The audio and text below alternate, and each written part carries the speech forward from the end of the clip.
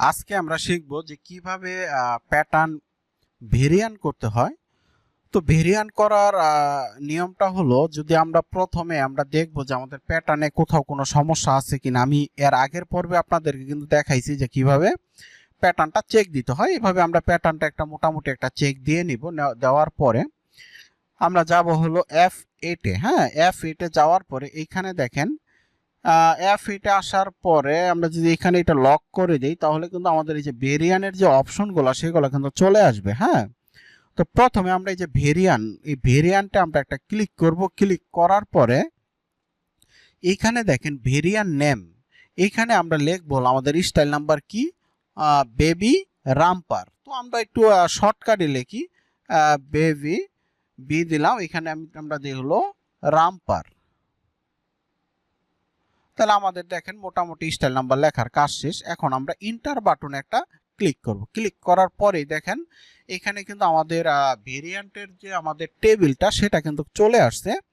এখন আমরা এই যে ক্লোজ, এখানে আমরা একটা ক্লিক করব।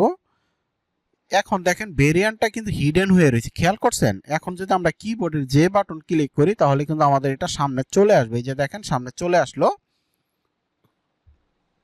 এখন আমাদের এখানে যে প্যাটার্নগুলো আছে, আচ্ছা আমরা কিন্তু ভেরিয়ান্টের কিন্তু আমরা আরেকটা কাজ কিন্তু আমরা করি নাই, খেয়াল করছেন আপনারা? সেটা হলো আমরা কিন্তু প্রত্যেকটা পার্টের কিন্তু নাম লিখতে হবে, সেই নামটা কিন্তু আমরা এখনো লিখি নাই। তাহলে আমরা একটা কাজ করি, ভেরিয়ান্টের নামগুলো লিখি। হ্যাঁ, এই নামগুলো লিখতে হবে আগে। আচ্ছা, নাম লেখার জন্য আমরা এডিটে যাব। এডিটে যাওয়ার পরে এই যে দেখেন এডিট, আমরা এই যে কমেন্ট, এই যে কমেন্টের ঘরে আমরা নাম লিখবো হলো, এটা আমাদের কি ব্যাক পার্ট। তাহলে আমরা লিখব ব্যাক 1x1। তারপর আমরা পেজ আপে ক্লিক করব, তাহলে আমরা একটার পর একটা সিরিয়াল প্যাটার্ন পাবো। তাহলে এটা হলো কলার ফিনিশ। আচ্ছা, তারপর আমরা আবার পেজ আপে ক্লিক করব, এটা হলো কলার ব্যান্ড। এটা হলো 1x2। আমরা আবার পেজ আপে ক্লিক করব, এটা হলো আমাদের প্লাকেট।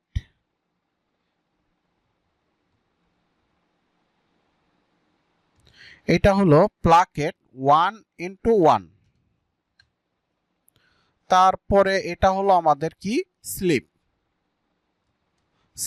1x2। তারপরে এটা হলো ফ্রন্ট পার্ট 1x1। তো দেখেন আমাদের কিন্তু মোটামুটি সবগুলো পার্টের কিন্তু নাম লেখার কাজ কিন্তু আমাদের শেষ।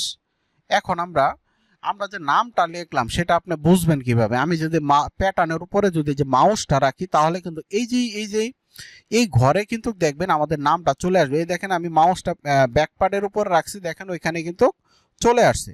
দেখেন আপনি প্রত্যেকটা পার্টের উপরে যদি আমি আমার এই যে মাউসটা যদি আমি রাখি, তাহলে কিন্তু নামগুলো চলে আসবে। হ্যাঁ, আচ্ছা, এখন আমরা এই প্যাটার্নগুলো তো আমাদের ভেরিয়েন্টে নিতে হবে, তাই না? তার জন্য দেখেন এই যে ক্রিয়েট পিস আর্টিকেল, এটাতে আমরা একটা ক্লিক করব। ক্লিক করার পরে প্রথমে আমি নিব হলো ব্যাক পার্ট, দেখেন কালারটা কিন্তু চেঞ্জ হয়ে গেছে। হ্যাঁ, এখন নিব হলো ফ্রন্ট পার্ট, তারপরে নিব স্লিপ, তারপরে নিব হলো প্লাকেট, তারপরে নিব হলো কলার ব্যান্ড। আমাদের এই প্যাটার্নটা নেওয়ার প্রয়োজন নাই, কারণ বা নিলেও কোনো সমস্যা না, না নিলেও তেমন কোনো সমস্যা হবে না। আচ্ছা, আমরা নিয়েই নিই। হ্যাঁ, এটা ফিনিশে থাকবে, অসুবিধা না, এটা নিয়ে নিলাম।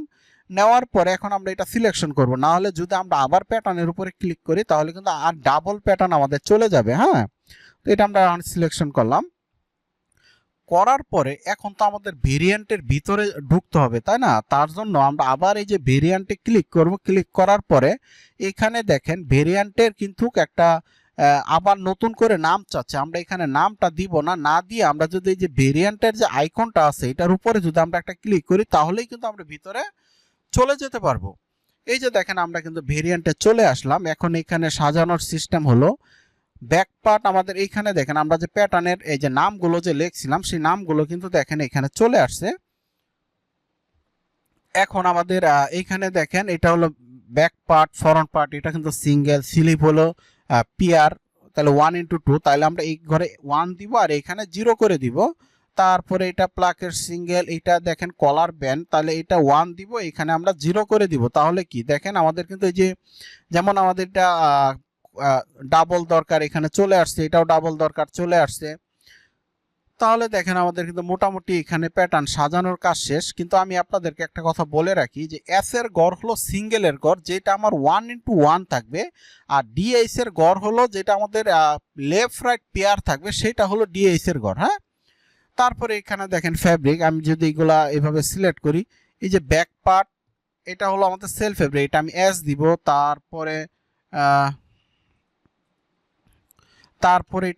তারপরে আছে কি ফরন পার্ট, এটাও আমি এস দিব, সেল ফেব্রিক, স্লিপও সেল ফেব্রিক, প্লাকেটও সেল ফেব্রিক, তারপরে কলার ব্যানও কিন্তু আমাদের সেল ফেব্রিক। তারপরে এই যে দেখেন কলার, এটা কিন্তু আমাদের ফিনিশ, এটা আমরা এফ দিয়ে দিব। হ্যাঁ, তারপরে আমি যদি এই যে ডান পাশে আরো যদি এদিকে আসি, আসার পরে দেখেন এইখানে দেখেন লেন্থের সিন কেস, এখানে হলো উইথের সিন কেস। তো আমরা সিন কেসের বিষয়গুলো নিয়ে এই কাজগুলো আমরা পরে শিখবো। আমাদের এখন টার্গেট হলো প্যাটার্নের কাজ শেখা। তো আমাদের প্যাটার্নের কাজ শেখা শেষ হয়ে গেলে তখন আমরা মার্কারের কাজগুলো শিখবো। তো আজকে আমরা খুবই গুরুত্বপূর্ণ কাজগুলো করলাম। তো আপনারা অবশ্যই মনোযোগ সহকারে ভিডিওগুলো দেখতে থাকবেন, তাহলে আসলে বুঝতে পারবেন যে কত সহজে প্যাটার্ন তৈরি করা যায়। তো ঠিক আছে, আজকে এই পর্যন্তই।